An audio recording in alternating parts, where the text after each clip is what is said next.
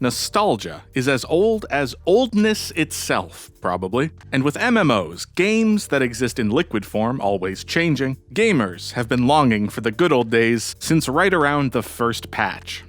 Hi, I'm Nathan, and welcome to the Computer Lab. It's just me today. I feel a bit like a substitute teacher, even though this is my own show.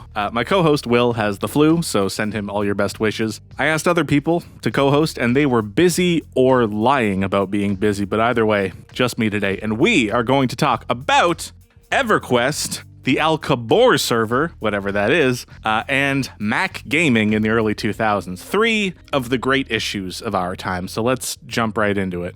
Gaming on Mac is a bit of a sore subject for Mac users, and this is a problem that goes back to around the mid-90s. I've seen a lot of different theories as to, different graphical APIs Apple's used over the years or various hardware changes, but really when it comes down to it, there's just fewer people who own Mac computers, and for that reason, there's less of a player base, developers don't want to make games.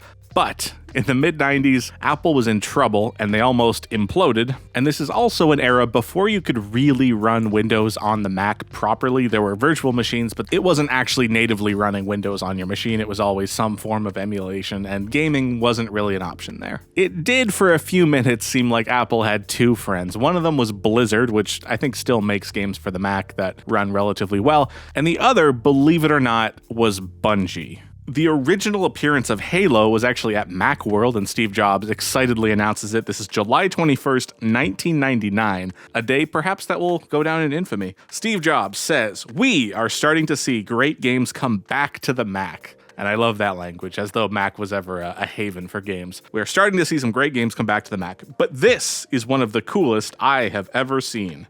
Bungie comes on stage and they show off this demo for the original Halo, and it looks like Halo. I mean, it looks like an early build of Halo, which there's actually a few mods that have recreated it if you want to experience a simulation of what that might have looked like. But eventually, as we all know, Microsoft buys Bungie, and the rest is history. Halo does come to the Mac several years later as a fairly competent port, but things were never the same. Apple was no longer the home of Bungie's games. And so if we look at 2003, gaming on the Mac is in not a great state. They have, again, a few allies. Apple is trying really hard to bring games to Mac OS X. At one point, Apple actually sends someone to E3 to cover Mac games for the Apple website. Like, the official Apple website has a blogger go and write about E3, and there's a few games. There's Doom 3, Neverwinter Nights, and Warcraft 3. Of course, the article on the official Apple website ends with, and again, E3 2002, "I can't help but think to myself, it's a good time to be a Mac gamer."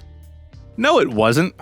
It's never been a good time to be a Mac gamer. And I think in recent years, we've seen that a lot more pronounced, especially because Apple has changed processor architecture several times, which just renders all of their previous work obsolete. They've been very aggressive about having these cutoffs, these sort of barriers where at one point Apple will just say, okay, every application that was written before this time is no longer compatible. I think of my frustration trying to play a lot of the Source Engine games, and at one point Apple just, releases a new OS, makes everything obsolete, and you can imagine Valve is a bit frustrated. They spent human labor, they spent money porting all these games to the Mac, and then one day, just the new Mac OS, you can't play Portal on it. That's annoying. So there's a bunch of reasons. The Mac was never anyone's favorite platform to play games. We can make up all sorts of different reasons. For me, that just comes down to the fact that not that many people were on Mac. It is what it is. So in 2003, the makers of EverQuest, which of course the developer is Daybreak Games, the publisher is Sony. I'm just going to refer to them as Sony, blanket statement, because that's easier for me to say. 2003, Sony releases EverQuest for the Mac, and it's just called EverQuest. It's got the little Mac thing on it. You buy it online. They deliver a CD to your house. You run it and install it on your OS X computer. They announced this back in 2001, and I guess it took a couple of years for them to make it. Crucially, here's why this is worth talking about. This isn't just a port of EverQuest for the Mac, although that's basically what it is. For some reason, because the code base was so different, Sony made a separate server for the Mac users known as Al-Kabor, and it was just Mac users on a server. This was also largely tied to the fact that the Mac version of EverQuest only had the first 4 expansions. So by the time EverQuest for Mac is released, so 2003, the Mac version is already one expansion behind at launch. So clearly something's going on. This isn't going to be the full EverQuest experience. It's going to be a bit delayed. So Planes of Power is the most recent expansion on EverQuest for the Mac. And long story short, as the years go on, they don't release other expansions for EverQuest for Mac. If you were to look up EverQuest expansions, there's just so many. And so the Mac version only had the first 4 at any given time. And so why this is worth talking about, why the Mac port of EverQuest is an interesting thing, is that by making a version of the game that was separate from the other releases of EverQuest, so separate from the PC version, and was locked in time kind of out of developer neglect, they had accidentally created what might be the first developer-supported classic server for an MMO. So the Alcabor server, or EQMac as the fans started to call it, was like the official, unofficial classic mode for EverQuest. And this is particularly interesting because there's sort of this question, and I believe Dan Olsen gets into it in his video on World of Warcraft, how much can you improve an MMO before it just becomes a single-player game? Like, how much can you polish the game, file off all the edges, before it ceases to be an experience where you need community to experience it? One of the quirks of the Alcabor Mac server for EverQuest is that eventually it started to be run by essentially one guy at Sony or at Daybreak Games, Todd Hobart Schmidt. The fans just kind of called him Hobart. He basically ran the show by himself. And part of the reason they would eventually shut down this official classic server is that they were relying on one guy to handle all the updates, which is, of course, it's frightening from a managerial standpoint to have a significant part of your product relying on one employee. That's a scary thing, I guess. All of which to say, so EverQuest for the Mac runs from 2003 to 2013, and as the years go on, it becomes increasingly valuable to hardcore fans as a classic server. And in fact, you would actually start to see PC players, so people running the Windows version of EverQuest, they would make hacks and mods to actually run on the Mac servers and log into those, which is kind of funny. It becomes this sort of Mac and PC player base, and I think there's something funny about the idea of a game server being locked to a single operating system. There's a very pixelated quote I was able to find from the Macworld review of EverQuest, where they say this: the Mac version allows you to interact only with other Mac users, which is either a good or bad thing depending on your point of view.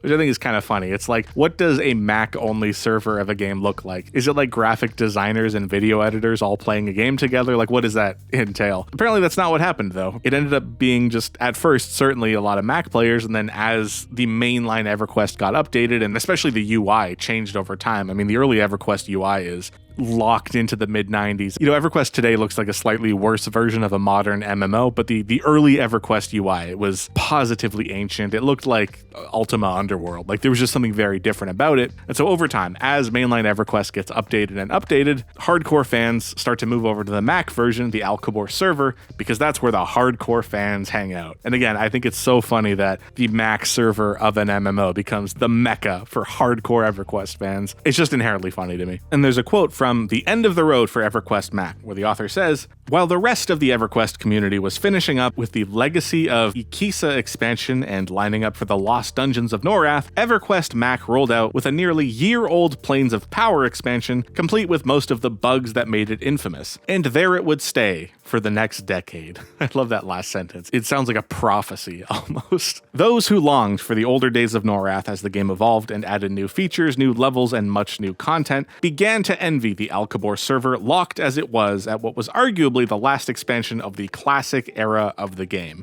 And I want to sort of bracket that comment because the classic era of the game, I mean, thankfully the author is putting that in air quotes, it's up to any individual user to decide when did the good times end? When do I draw the line between the old era and the new era? It's hard to make that distinction. But in the case of EverQuest Mac, it's almost like the developers are drawing that line for you. There's new EverQuest, and then there's old first four expansions Alcabor server EverQuest. And for my money, what I find interesting, especially as the years go on, let's say late 2000s, people on the Alcabor server, that server is centralized and official in a way that private servers never are. So right now, there's a number of competing classic EverQuest servers. There's Project 1999, there's the AKP, which is literally the Alcabor project, which is essentially a fan continuation of the EverQuest Mac server, which goes to show just how influential this whole thing was. And then there's like dozens and dozens of others. And the thing is, when a service ends, so let's say when the official Alcabor servers end, the players kind of scatter off into like a million different places. We see this with social networks. We saw it with Tumblr 10 years ago. We're seeing it with Twitter right now. There's not like one place everyone goes. There's always competing services. And so now I feel like the classic EverQuest fans are on all these competing services. When I was doing research for this video, I found like forums where users from different servers were like arguing with each other as to which was the ultimate classic classic server, and that's sort of a problem that's never going to go away. But at the time, 2003 to 2013, there was an official hub for all the classic EverQuest fans, and it had as big of a community as that sort of thing can have. And I think the same would be true of World of Warcraft. You know, Classic is certainly a hub for fans of that experience, versus when you get into private servers, there's so many of them, and none of them have particularly a large player base. And so I guess all of that is to say there are significant advantages to having that centralized classic server as opposed to a bunch of community-run private servers, if only that you can keep the community centralized, which I think can be a cool thing. So, as you probably gathered, at one point, and specifically in 2013, the Alcabor server shuts down. And, the developers gave a bunch of reasons for this, but according to the Ancient Gaming Noob, which is a blog run by Wilhelm Arcturus, they wrote a series of articles about EverQuest Mac, particularly around the time it shut down, and the biggest reason he posits as sort of the death of EverQuest for the Mac is the industry-wide move to free-to-play as a profit model. EverQuest, and I believe EverQuest 2, are both free-to-play in air quotes at this point, but to do that, the new updated version of the game needs to add, cosmetic perks that you can purchase and weird little extra character slot premiums, like whatever it is. To move a game from subscription-based into free-to-play, you obviously have to incorporate little trinkets that the user can pay for, and there was no way to do that, obviously, on a version of the game that's purposely not being updated. So that's sort of Wilhelm's argument. It incentivized the death of EverQuest for the Mac. And, I don't know enough about the situation to prove or disprove that, but that sounds like a pretty good theory. One really strange thing, so there's the official forum post where Sony Online Entertainment announces the death of EverQuest for the Mac. They do a little fact to show all the things that people might be asking. And I want to be clear, they just made this up on their own volition. No one was actually asking them these things. They have a part of their fact where they're preempting questions about the code base and about private servers, essentially. So they go out of their way to say that, no, we're not going to give the code away for people to run private servers, which is about what I'd expect. But what I find really weird about it is that they go out of their way to make it clear that Sony still had the code. They go well out of their way to say, we still have the code. Here's the quote. SOE will retain all of the code and data from EverQuest Macintosh Edition. Whose question is that answering? Are they preempting the accusation that all of the code is going to be stored on a hard drive that's going to be thrown into a fire, or that they're going to delete the code base that they spent money on to save room for LimeWire downloads? I'm wildly curious as to why in this post where they're basically saying, fuck you, we're shutting down your game, and no, you cannot run private servers, they're also saying don't worry, we have the code on a hard drive. I just need you to know how good we are at backing up data. I don't know why, I just find that wildly funny. It might not be funny to anyone else, but hey, this is my show. I will laugh at anything I want to laugh at, and that press release is just strange and funny. Anyway, just thought you should hear that. So on June 23, 2014, the EQMac.com fan site shut down completely. It was a very popular fan site for the Alcabor server, so they shut down the forums, and they had this quote, "We have had a fine 10-year run, but with SOE's decision to shutter EverQuest Mac Edition, the need for this site has disappeared. We would like to thank all of the fine players who made the EQMac community something unique in the world of MMORPGs," which I'd say that tracks. This is a unique thing. This is an official classic server that, to be clear, that was sort of an emergent reputation that it had. It wasn't supposed to be a classic server. It wasn't created with the intent to preserve gaming history. This was just a Mac port of the game that they gave up on updating. And I think that's so cool. It kind of gets, to me, the thesis of this whole thing is emergence. I'm going to put that word on the screen, emergence. It's the idea that you don't know, as the developer, you don't know what a game will be when you make it. Emergent player behaviors happen for all sorts of reasons, and it could have gone in a completely different direction. EverQuest Mac could have easily been a place for people to share Photoshop tips or video editing templates. I know I keep coming back to that one joke, but it's funny to me. The idea of a server full of Mac players. The EQ for the Mac could have been something else, but it just so happened in this version of reality that the Mac version of EverQuest turned into a haven for hardcore EverQuest fans. It sort of grew to have the reputation that it did. And I think that is the definition of emergent player behaviors. It's something the developers did not intend that became this kind of beautiful and very unique thing. And I think that's worth celebrating. And thanks for watching. That is this week's episode of Computer Lab Hijinks. Please send Will all of your best wishes. Hope he gets over his cold or flu or whatever it is soon. Send him cans of Sprite in the mail. I don't know what it is that we do. But anyway, thanks for watching. I'd like to give a shout out to the massively overpowered website. And there's an article, The Game Archaeologist, EverQuest Mac, the OG classic server. That was an enormously helpful article for this video. And I would like to also thank the Ancient Gaming Noob blog. And, surprisingly, the Inside Mac Games review of EverQuest, which was also very helpful in kind of piecing together the social context of this video. So thank you to all three of those places, and I'm going to have some citations in the bottom to let everyone know where the information is coming from. And that's it for this week's episode. Bye.